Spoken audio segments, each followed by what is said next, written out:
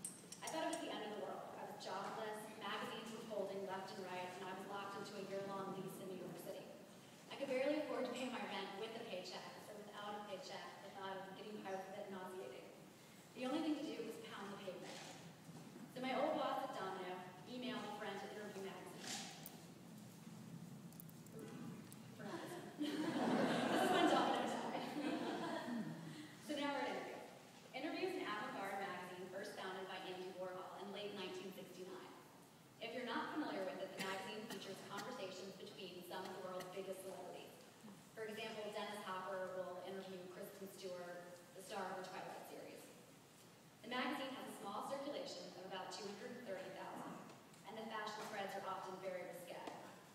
Anyway, I went to meet with the editorial director, and luckily, or unluckily, depending on how you look at it, I landed the job as managing editor. It was an incredible experience because the staff was tiny, and I got to have a hand in everything from brainstorming story ideas, to figuring out who would interview who, to managing the issue budgets, to producing photo shoots. But it was also very intense and traumatic. Interview was a strange place in many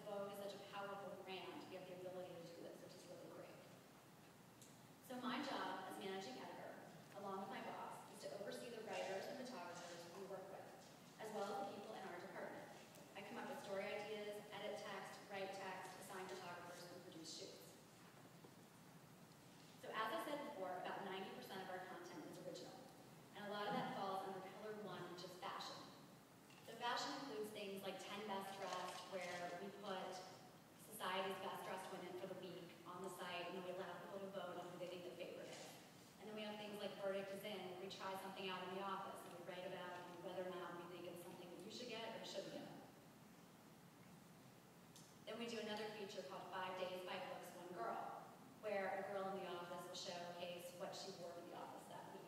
This one's a lot of fun. Then we have something called Model Wall. Models come into our office all the time on go-sees, so we'll take their picture and get them to fill out a questionnaire and then put them on the website. Most Wanted, we pick a topic every week and tell people how to achieve that look. And then Social Shopper. This is something that we just started. Basically, we'll scour the blogs, look for pictures we like, they're inspirational, and then show people how to get that look with products that are all shoppable and in-store now. So pillar 2 is collections. This slide represents a bi-yearly dark time in my life. Fashion Month is extremely unglamorous for the core Vogue.com team. Editors and writers go off to London, Milan, and Paris. But while their schedule is back-to-back with shows and appointments and 20 days of non-stop travel, at Vogue.com I tend to think it's worse. We cover 100 shows in depth, meaning we do a preview, where we go into the designer studios before the show. We get a glimpse of what they're planning on sending down the runway. We do a review where we critique the production, and then we post run of show. So these pictures on the left side are run of show from a fashion show. So for 100 shows, we get those pictures in and post them on the website within 5 hours of when the collection happened. We also pair corresponding accessory shots with each runway picture. So if you're looking at the picture in the middle, next to that we'll have a picture of the sunglasses and the shoes that correspond with the look. We also post candid photos of the scene at the front of the house and backstage, as well as a video. It's absolutely exhausting and we have to work in shifts.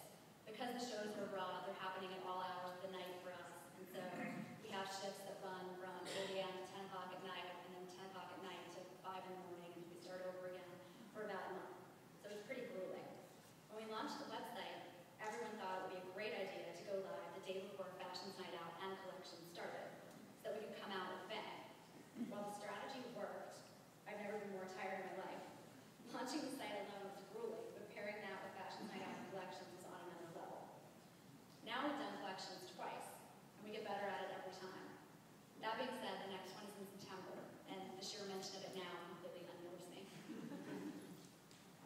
So next is parties. This is my favorite. We use our own photographers to shoot almost every party we cover, rather than picking up from the wires. The point of this is to give the viewer an inside look at what the party was like. We want them to feel like they've gone beyond the velvet rope and are actually getting an inside glimpse of celebrities in candid moments, rather than just straight up and down red carpet shots. So, here you have Beyonce and Jay-Z, Gwyneth Paltrow hugging the cast of Glee, and Paul McCartney cutting a rug. Madonna, Rosario Dawson, and Aziz Ansari. So pillar 4 is culture. We cover everything, from books to movies to TV to opera to ballet. We also have a section called APT with LSD, which stands for Apartments with Lauren Santo Domingo. Lauren Santo Domingo is a big socialite in New York. She's actually pictured there. So she goes into people's homes and takes pictures of everything from their nightstand to their bathroom. And then we put it on the website and detail everything. And then pillar 5 is the magazine, where we put up a few articles from the magazine, including either the whole cover story or a portion of the cover story.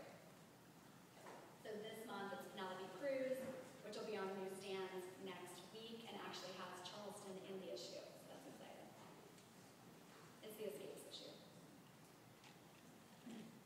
So as we move into the future, things that we're thinking about at Vogue.com are optimization for all mobile devices. So this means I really want Vogue.com to work on everything from an iPad to a Droid to an iPhone. Right now it's a bit clunky if you try to use the website on those devices, so that's something we're really working on.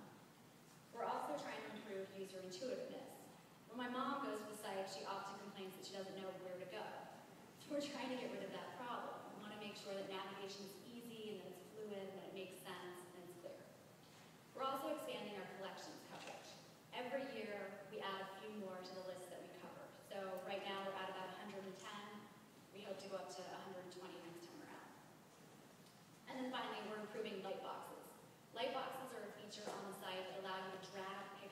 the website into an area so that you can then send it to your friends or share it with them on Facebook. So if you're planning a wedding, shopping for little black dresses, you can pull tons of pictures into this area and then share it or email it to others. When it comes to the future, Anna Winter had an excellent quote in the Wall Street Journal that I think sums up our place really well. She said, "With all the new media outlets out there, with all the noise, a voice of authority and calm like Vogue becomes more important than ever. The more exploration of fashion around the world, the better it is for Vogue. Vogue is like Nike or Coca-Cola. It's a huge global brand. I want to enhance it, I want to protect it,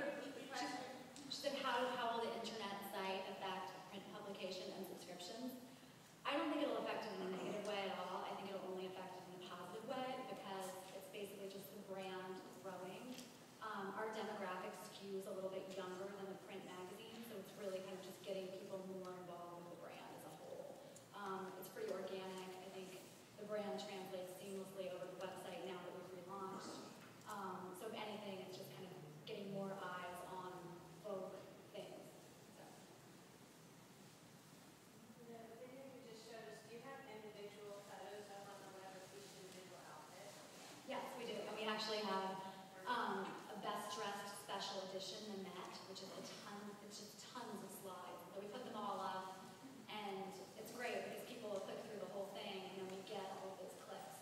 And every time somebody goes through a slide, that counts as a page view for us, and it's great. So, and Is the website to generate income, or is it to generate interest in buying? it's to generate income, and it's already profitable. It's only been around for 7 months, and we're doing very well. I mean, when you launch a site, you're worried about whether or not it's going to make money, so we're lucky that ours is, and I think it's really because of the sponsorship model that we have. Whether or not we make dollars isn't based on how many times people click. While that's good, well, how many times they go through the slideshow. It's just based on the brand. So it's just advertisers saying, I want my brand to be associated with this brand. I'm going to pay X amount of dollars to have my advertisements on this site. So. I think we need to hire more people. Oh, definitely. That's why we're up all the time. We don't have enough people. But we just started. Oh, it's a wonderful idea, and the kids that I teach in high school, a couple of them, they spend all their time there, and they're fashionistas, they exactly what they do. And I'd like to see you maybe do a little more international. Well, international is complicated because, yes, it's not as seamless as it probably should be. Cy Newhouse is the Newhouse brother who runs Condé Nast in the United States. Jonathan Newhouse runs it abroad, and it's a bit divided. We share things occasionally, but unfortunately, it's just not as integrated. Does Anna Wintour have any oversight or direct oversight on the website? Oh, definitely. Things that you interact with? Definitely. She's highly, highly involved.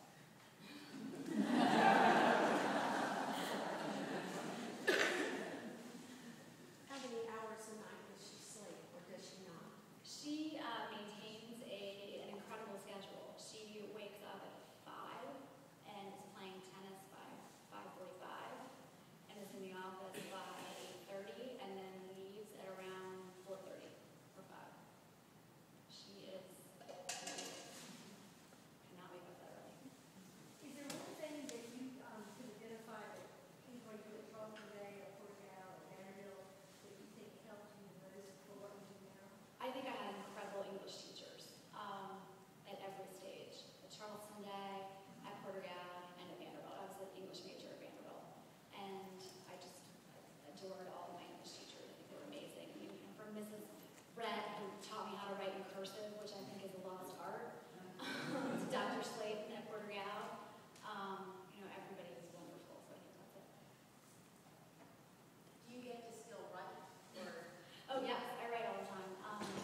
I often write about parties. I just went to the Woody Allen screening of Midnight in Paris on Thursday night, and Woody Allen was there, and Rachel McAdams was there, and I talked to Rachel McAdams and stupidly forgot to talk to her about how The Notebook took place on Long Island at my friend Maggie David's house, but got to chat with her for a minute and get some quotes and then write it up the next morning. So I do write a lot still. Anybody else? What was the opinion of Vogue's staff about the wedding dress? About the wedding dress, everybody loved it. Loved it. Amazing. I mean, everybody was really happy that she went with Alexandra McQueen, and it looked like her style.